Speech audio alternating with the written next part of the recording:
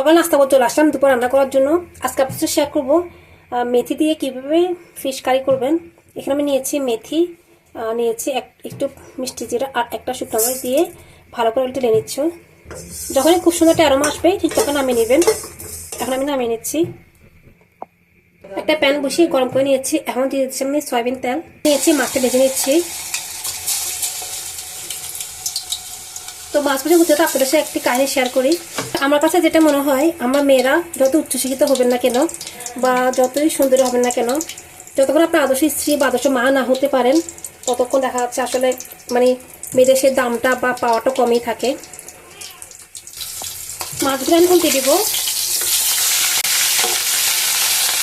এটা বলছিলাম আসলে আমরা এটা সত্যি কাহিনী শেয়ার করবো আজকে। একটা মেয়ে আছে, ও যেমন আসলে খুবই উচ্চশিক্ষিত এবং যথেষ্ট সুন্দরী বলা যায় তাকে। ওর বিয়ে হয় বা আমার বিয়ে দেয় খুব দেখে শুনে একটা ভালো ছেলের কাছে। একটুগুলো দিয়ে দিচ্ছি, দিয়ে দিব। তো বা আমার খুব ভালো সেদিকে বিয়ে দেয় বলতে ছেলেটা এক ছেলে, ওদের তারপরে বিল্ডিং আছে, সেটা তো আমাদের বাংলাদেশে ভালোই বলা চলে। এখন সংসার ভালোই চলছে 2-1 বছর। হঠাৎ দেখা দিল তার সমস্যা বিপত্তি, মানে শ্বশুরবাড়ির সাথে তার অ্যাডজাস্ট হচ্ছে না, শাশুড়ির সাথে অ্যাডজাস্ট হচ্ছে না। অ্যাডজাস্ট করতেও তার অনেকটা বছর সময় লেগে গেলো। তারপর যাই হোক একটা সময় দেখা যাচ্ছে ও উদ্যোগ নিয়েছে সংসার মানে কন্টিনিউ করা যাচ্ছে না। কি আর করবে, কন্টিনিউ করতে না পারলেও অনেক বছর মানে প্রায় 2 বছর পর থেকে ও কমপক্ষে 10 বছরের মধ্যে কন্টিনিউ করে আসছে।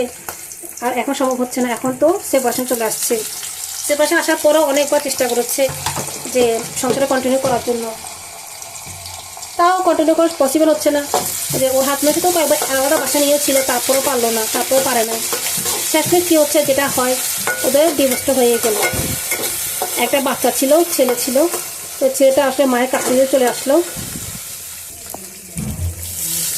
দেখা যাচ্ছে ও ছেলেটাও মায়ের কাছে আছে, কারণ বাবা বলছে ছেলে মায়ের কাছে থাকলে পড়াশোনা ভালো করতে পারবে, তারপরে সঠিক গাইডলাইনটা পাবে মায়ের সাথে থাকলে। বুঝলাম না, এখানে সেপারেশন নিল, এখানে আবার মায়ের সাথে রাখলো। কিন্তু ওর বাবার একটা সত্য ছিল, মা যদি সেকেন্ড ম্যারেজ করে তাহলে বাচ্চাটা মায়ের কাছে রাখবে না, সে নিচে নিয়ে আসবে। তো যেহেতু ছেলের বয়স এখনো 10 বছর হয়নি, 18 বছর তো হয়নি, 10 বছর মতো চলছে, আইনও বলছে যে ছেলেটা মায়ের কাছে থাকবে। আর যদি মায়ের কাস্টাডি চাই, মায়ের কাস্টাডি পাবে। তো ও ছোটোখাটো ইনকাম দিয়ে ওদের মা থেকে খুব সুন্দর চলে যাচ্ছিল। কিন্তু ও যে কষ্টটা পেয়েছে মায়ের থেকে, ভাই থেকে, আসলে ও মানে কখনো ভুলতে পারবে না। দেখ অনেক দিন পরে, প্রায় 6-7 মাস পর ওর মা বুঝতে পারলো যে ওর মা আসলে মেয়ের সাথে অন্যায় করে যাচ্ছে। তারপর ওর মার সাথে সরি বলতে আসলো, সরি বলে এখন ওর সাথে একসাথে থাকে। কিন্তু এরকম অনেকবার আরও কয়েকবার হয়েছে ওর সাথে মা ভাই মাফ চায়, সরি বলে আবার ঠিক মিশে আবার ঠিক একরকম বিক্রি করে। তাই আবার হবে কিনা সেটা জানি না। কিন্তু দেখা যাচ্ছে আমাদের সমাজটা তো আসলে তেমনটা ভালো না। আমার কাছে এটা মনে হয় মেয়েদের জন্য, বিবাহিত মেয়েদের জন্য বা ইয়াং একটু মেয়েদের জন্য, যখন একটা মেয়ের বয়স হয় বলে বয়স হচ্ছে বিয়ে হচ্ছে না, একটা মেয়ে ডিভোর্স হচ্ছে বিয়ে হচ্ছে না, ডিভোর্স কেন হয়েছে, মিটারের সব দোষ। পিছনে পুরুষগুলোর কিছু দোষ থাকতে পারে, সেটা হয়তো আমার সমাজটা চিন্তাই করে না। আর একটা কথা শেয়ার করা হয়নি আপনাদের সাথে, ওরা 1 ভাই 1 বোন। তো ওর ভাইয়ের বোনকে একদম ঠিক আপনার বোনের মতো পছন্দ করতো। মানে ও যদি একটা পাঁচকেও কিনেছে, ঠিক ভাইয়ের বোনের জন্য কিনেছে, এত পছন্দ করতো, এত পছন্দ করতো। কিন্তু যখন দেখা যাচ্ছে ওর মা আর ভাই বিট্রে করে, তার থেকে বেশি মিসবিহেভ করে ওর সাথে ওর ভাইয়ের বউ, যাকে ও এত পছন্দ করে আসছে। কি ভাগ্য, সেটা অবশ্য তো ভাইয়ের কারণে হয়েছে। কারণ যখন দেখছে ভাই বিট্রে করে, তখন তো বড় অবশ্য সাহস পাবে, কষ্ট পাবে। ভাজি করে মাছগুলো সব দিয়ে দিব। যে কাহিনীটা বলছিলাম, এখন যেমন ও অনেক বেশি ডিসাইড করেছে বা সবাই বলছে, আশেপাশে মানুষজন বলছে যে ওকে সেকেন্ড ম্যারেজ করা উচিত, তা না হলে কেমন হবে। যেমন ধরো বয়সটা এখনও 30+ হয়নি।